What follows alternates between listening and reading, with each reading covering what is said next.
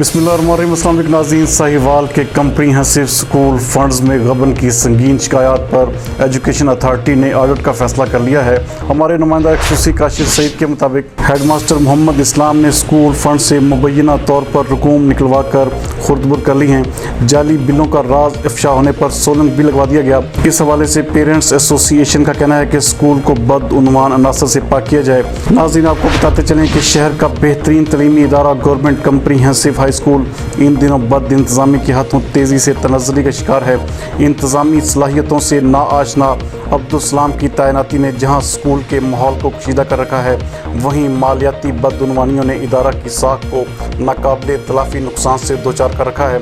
हालिया दिनों में स्कूल फंड से फर्जी बिलों पर निकलवाई गई रकम भी मुबैना तौर पर खुर्दबुर्द कर ली गई।